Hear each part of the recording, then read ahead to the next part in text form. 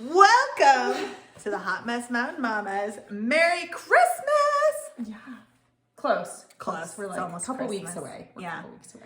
So exciting. It's exciting. The anticipation is building. Whew.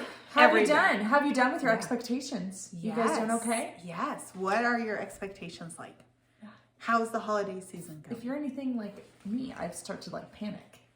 And I get a little anxious. Because I'm like, I haven't done it all. Yeah. And I'm really sad. 'cause And I now haven't it's too done late it to all. order because Amazon's never going to get here. For real, especially out here. Like, That's what I and mean. Christmas in Lake City is over, so like there really isn't anything open. Yeah, there's nothing fun anymore. Or if I'm making something, I have a tendency to love to make all my Christmas gifts, but I don't think to make them until that first week in December, and then I don't have time to Or make. the materials. Exactly. Oh, I do the same thing. I'm like, look at how cute it would be to make this. I should probably start now for next year. But I Exactly. don't because I'm not excited about next year. I know. You don't Excited want to start about this making year. Christmas gifts in January. Yeah. Should I start making my Christmas cookies now? And then put them in the freezer. Put them in the freezer? And then Yes. thoroughly frostbitten. What's wrong with these cookies? I Nothing. made them last year. Eat it.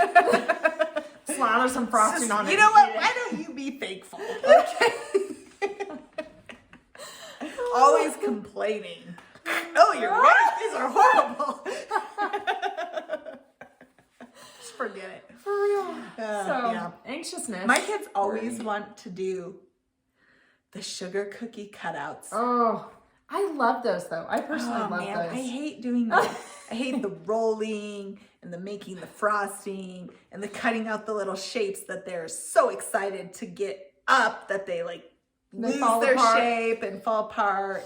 And then there's tears. And then I'm like, oh, can we just eat the cookie dough, you guys? Let's go watch White Christmas. Let's and go eat the watch cookie dough. White Christmas.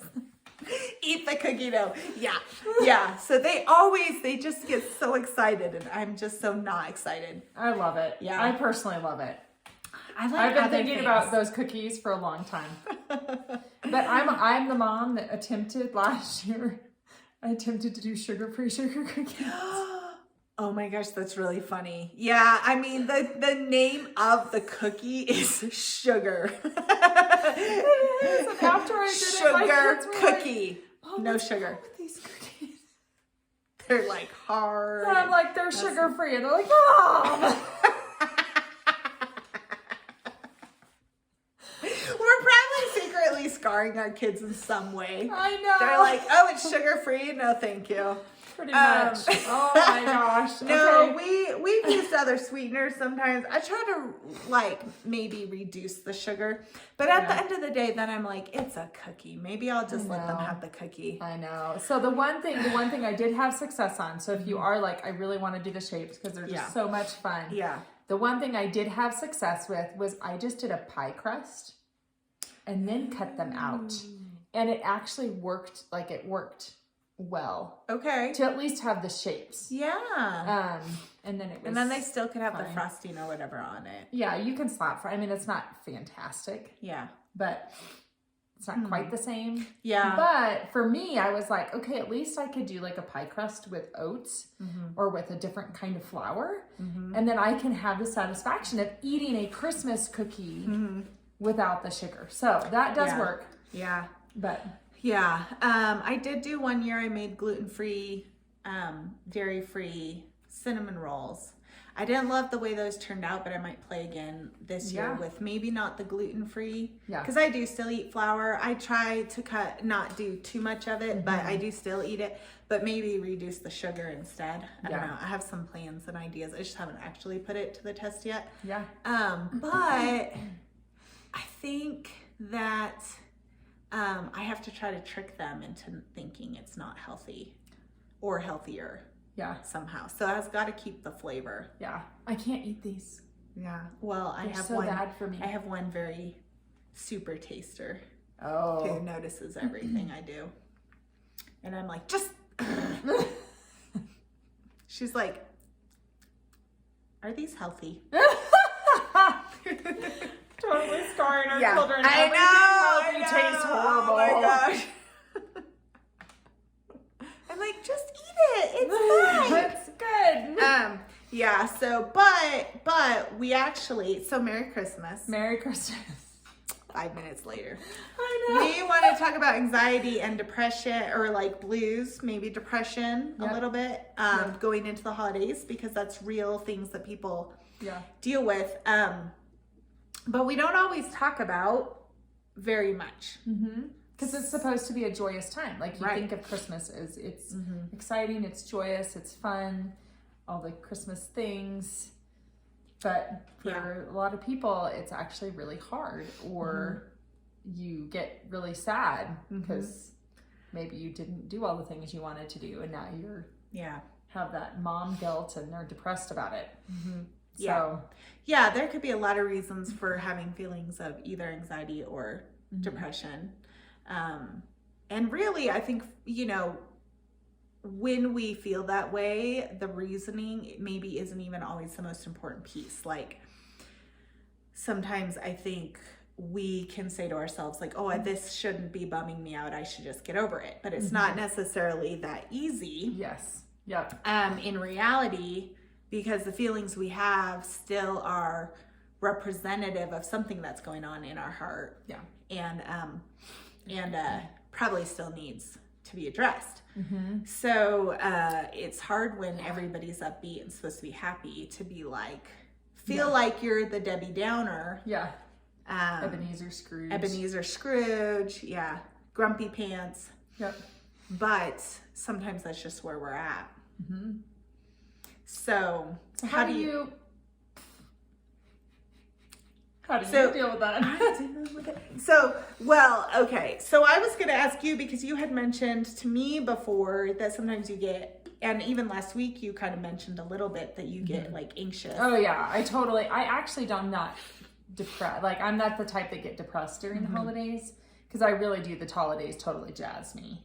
I get really excited. I get anxious and worried and like stimulated maybe, or overexcited. Yeah, it's more of like that. Did I get everything? Have we taken care of everything? And then me like working furiously to try and create this experience for my kids that they probably don't even notice. Like, quite honestly. Or there's some other part that they really love and enjoy and remember. Not the one you've labored over intensively. Exactly. And so really recognizing that, I could totally find myself getting caught up in trying to make those experiences happen and I don't recognize it in the moment. In the moment, I'm just working. I'm like working one thing to the next, to the next, to the next, to the next, until it's like I've been doing it for a week solid, right before Christmas. And all of a sudden I'm like, I am exhausted and I am tired and I just want to cry because I'm just done. I'm so over like feeling like you're always up here and not taking the time to come down and just take a breath and relax. Because I'm constantly up here trying to make the things happen. And like we talked about last week, that's where it's like, do I just need to not have all those high expectations? I just need to bring it down to help with the anxiety level of like, make it happen. And honestly, whenever you're high as a mom, you set the tone of your house. So if you're constantly up here and are like, no, we have to do this, or no, we have to go here, or we have to go take care of this, or we have to take care of that. And it like, your kids suddenly are like up here. And they exhibit it differently. Maybe it's through bickering, maybe it's through like tears, maybe it's through them just like withdrawing into their room and not wanting to interact with people. Like, and even for my husband, I've noticed it's like, if he can sense that from me, then he's like, I'm avoiding that today. Or it makes him anxious too. So recognizing, sorry, choking away here, that I need to set the tone for my home. It is true. I think that moms sometimes don't realize that they are set a tone. Like if we're calm and kind of going with the flow and seeing what works and problem solving, but we have like a calmness about us, it kind of brings everybody else down. But if we're up here and we're like kind of spazzy and we're going from one thing to the next and we're running on all cylinders, everybody else kind of feeds into that too.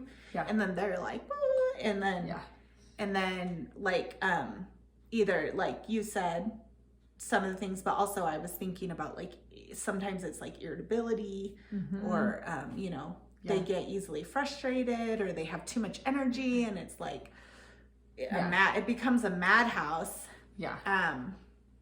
And it's crazy how that happens. How it can totally, that's like, you know, what we always say with the natural products we use, we're like, you are the gatekeeper to your home. You are it.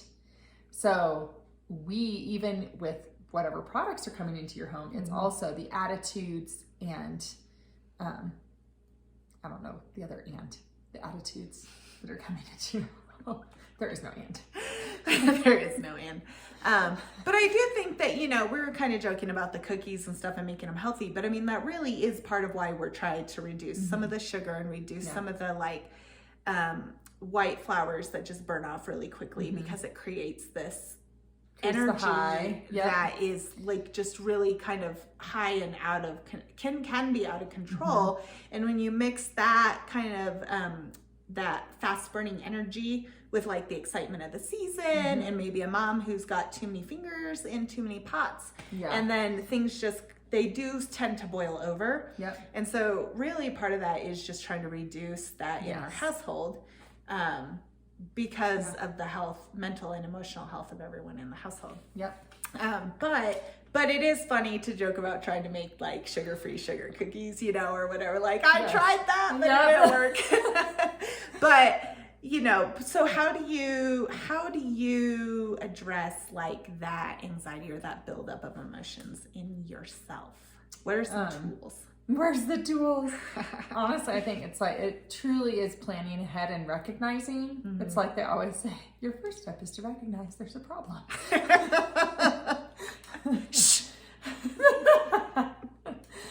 And then to actually address that problem. And to really plan ahead. So you might be in the middle of like, maybe this is you right now. You've been trying to prepare for Christmas, do all the things, and you were in the middle of this high, and maybe as communicating this to you, you're recognizing it. Like, you're like, oh my gosh, I'm totally stressed out, and that's why my kids are misbehaving, or that's why my kids, I mean, everybody's responsible. That's why I'm misbehaving. Exactly. But I mean, it could be contributing, and thus, as a parent, you need to recognize that you're contributing to it, you're encouraging it. And so if you're recognizing it right now, then maybe there is some things, maybe it's like, for me, what I have to do is I have to take a step back and go, what do I need to let go? What do I just need to be like, we're just not doing that. Which I've done, even on weeks where it's not Christmas, where I've stepped back and I've gone, there's too much in this week. What do I just need to bite the bullet and tell whoever I was supposed to meet with or whatever activity I was supposed to do? I just need to tell those people, listen, I can't. I'm so sorry, but I can't. I got to let this go for our sanity's sake, for the health of our family. And that doesn't always make sense to other people, but sometimes you just have to do it anyway. So it might be hard, and maybe it is just maybe it's just one thing. Because I know sometimes it can be one thing for me that I go, I'm not going to do that. And it relieves so much mental pressure and so much mental stress to the point where then I'm like, oh, I can totally tackle the rest of this and not feel anxious. Stressed about it. And enjoy the other things more. Yes, that's a really good point. That sometimes you need to let go of some things to be able to enjoy the other things. Man, I feel like we're circling back around to that episode. Several weeks ago. So if you missed it, go back. So we I agree with that. And then also I think just reassessing expectations, understanding, I think sometimes too that kids are going to be a little more excitable. Like they're excited, so they're going to be a little bit higher anyway. And leaving some grace for that, for ourselves and also for them. That is a really good point. And then just taking day by day, like you can make plans or say, hey, we'll try to do this, but we need to see what's going on that day. For me, sometimes that helps just to set them so that they don't have this expectation that we are doing it for sure, and then they're crushed, and then that makes me feel bad and stressed and guilty and like such a disappointing parent. which, you know, sometimes you have to do as a parent, but I also think that if you can say, we have all these other things on the calendar and these are the two that are the highest priority and we'll do those if we can. Yep. They don't have that expectation then that like, oh, we're doing all of it. And so you're not, like, for my kids, it helps fight that like disappointment a little bit more. Yeah. And also for me to feel like, oh, we have to do it. It has to happen. Because we have a hard time with things that have a specific time frame and a specific, like, we're just not, it creates stress for us to be like, this is happening now and we have to hurry up. But some things are worth like the extra effort and some things maybe might not be. Yeah. So, and then just gauging my own fatigue that week, emotional or physical fatigue. Yep. And being able to say no to some things. I think that's a big key. And we talked about saying no earlier in the year also. Yep. The ability to say no. And sometimes this Christmas can be a good opportunity to practice that. Yep. So, but I think too, for me, I tend to get more down. Like the days are shorter, there's less sunshine. Yeah. I have to take vitamin D in the winter. A lot of people do because I'm missing that so much. And so if I get overtaxed or overstressed, then I have more of a tendency to get kind of feeling down. Huh. Yeah. That is interesting. Yeah. I'd be curious who else resonates with that. Yeah. And then I just kind of get like, just kind of seasonal blues, I think. And that makes it harder to want to put forth the effort. So I take my vitamin D. I try to get out of the house, go for walks, get out even though when I get out in the sunshine, I have like a hat on and like coat on and, you know, feel like you're all bundled up, but still just being out in the fresh air. Yeah. And taking time to do some self-care is usually important for me. Specifically physical things, like whether it's the lifting or walking or just kind of like getting my endorphins up. Yep. And I was just thinking about that word. Yeah. So just recognizing, so I can get seasonal blues without there really being anything to be blue over. But I do just because y'all, it's cold. Just because it's cold dark. And gosh darn, the days here are short in the winter. Yeah. I mean, like 10 to 2, there's some direct sunshine. Yeah, because of the mountains, because we're kind of tucked down. Yeah, because we live in a valley where the sun dips behind the mountains really early. Yep. And so, I mean, that has its effect. But then sometimes there are really reasons to be mourning in a certain season. And I think that that's okay to let ourselves feel those things also. Yeah. And not have to put on the face that like everything is always 100% okay all the time. I mean, I don't go around just giving all my baggage to everybody and being like, it's so terrible, hold this. Oh yeah, that totally describes Jacqui. I don't think I've ever, I mean, maybe you've done that with me a couple times. Yeah, I was like, here, hold my but baggage. In general, that is not what No, I don't like to be that person really. So, but sometimes I need to break out of my own head state, like the own cycle. And that might mean like meeting someone for coffee, not necessarily to divulge everything, but just to get out of the house, to see a friendly face, to have like an uplifting encounter. Yeah. And I was going to say, the times that you have done that, it's because you needed somebody to actually share that with. Because I do think that that's important too, is it's like, you can have your trusted friends that you can really share your heart with and they can accept it and they can take that, and you know that they're not going to be like, gosh, Jacqui, like, get it or together. on Facebook later that day, Jacqui came over and said blah blah blah blah blah. But to be like, but like you were saying, you're not going to do that to everybody. There's just those core friends that you can share your heart with, and they're going to take it and they're going to go, okay, I'm going to pray over you for that. Yeah. And I'm going to encourage you the best that I can. And I'm really sorry. Yeah. It's really hard. What can I do? Right. Like, yes. And if there is something specific, like, you know, a loss of a person, a loss of a job, a loss of a home, like if there is, you know, something that is like an old memory associated to the holidays, something that just like kind of sparks those that depression or those down feelings.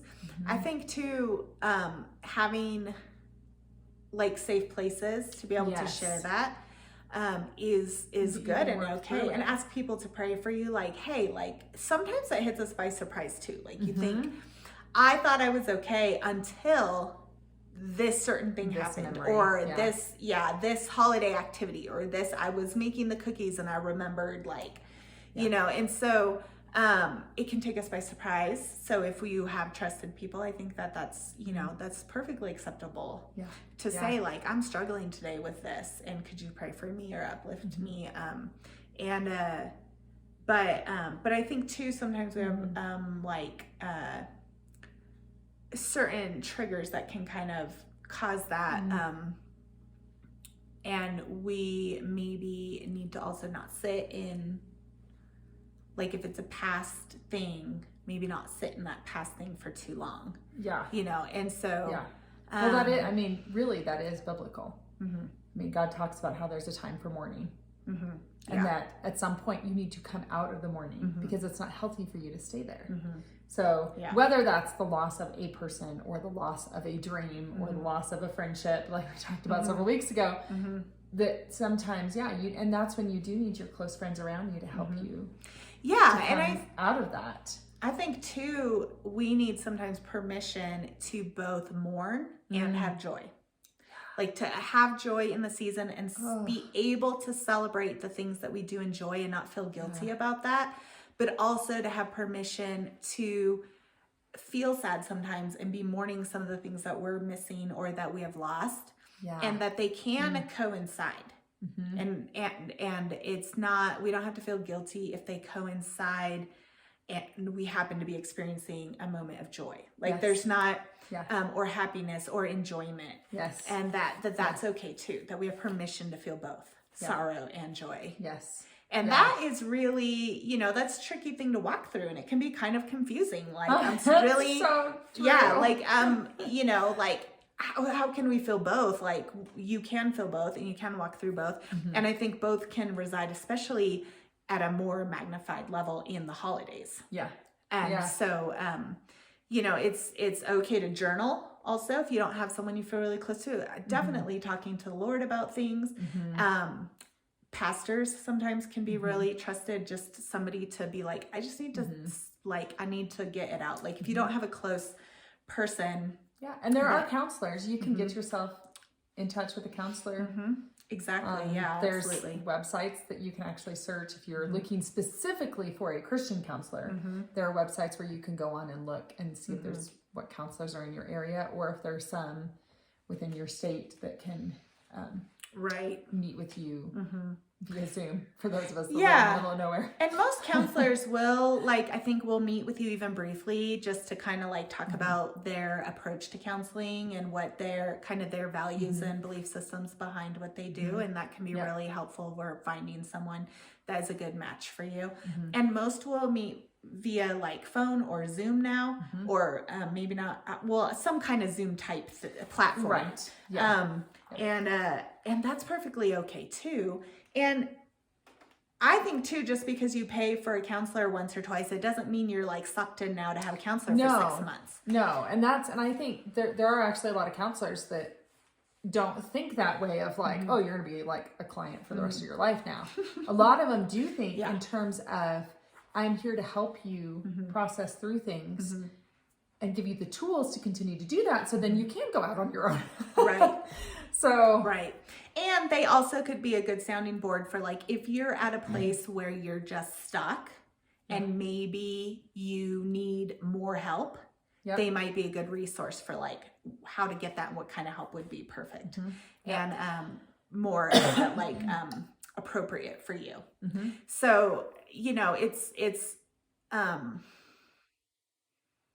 I think sometimes we need permission to be able to both mourn and feel down, but and also celebrate.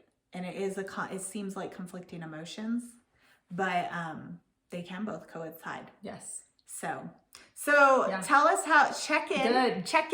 Yeah. Tell us how you're doing. How are you doing in this holiday season? Are you feeling down? Are you struggling with depression or anxiety? Are you handling it well? Have you had to cut things out to handle it well? What are some tips and things? Have you already walked kind of through this process, and what are some things that you've learned to reduce the stress or reduce anxiety or seasonal blues or legitimate depression? And then, how are you able to, how's your walk with the Lord doing in this season also, as things are crazy and gearing up for the holidays? And maybe people sometimes, dare I say it, get the seasonal like sicknesses. Oh, I know, for real. And a lot of that is stemmed from stress. Could be stress, could be suddenly eating really differently, because sometimes we eat things that we don't. And that can also coincidentally cause depression and anxiety when we're eating things that our body's not used to us eating, or we're eating more sugars than we would normally eat. It's crazy. So I mean, for what it's worth.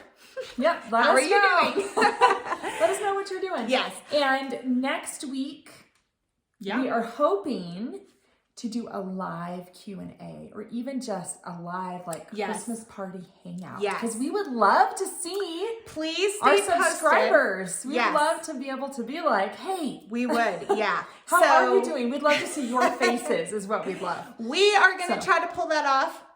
At this exact moment of recording, I'm not sure if I will be in the country or not. So we will keep you posted. But we're hoping.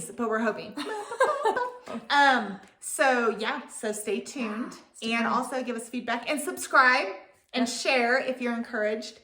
And find us on Becca Maria EOs and at Jacqi Cambish on the things. On the things. Of course. Oh my goodness. Okay. See you next week. We love you guys. Bye.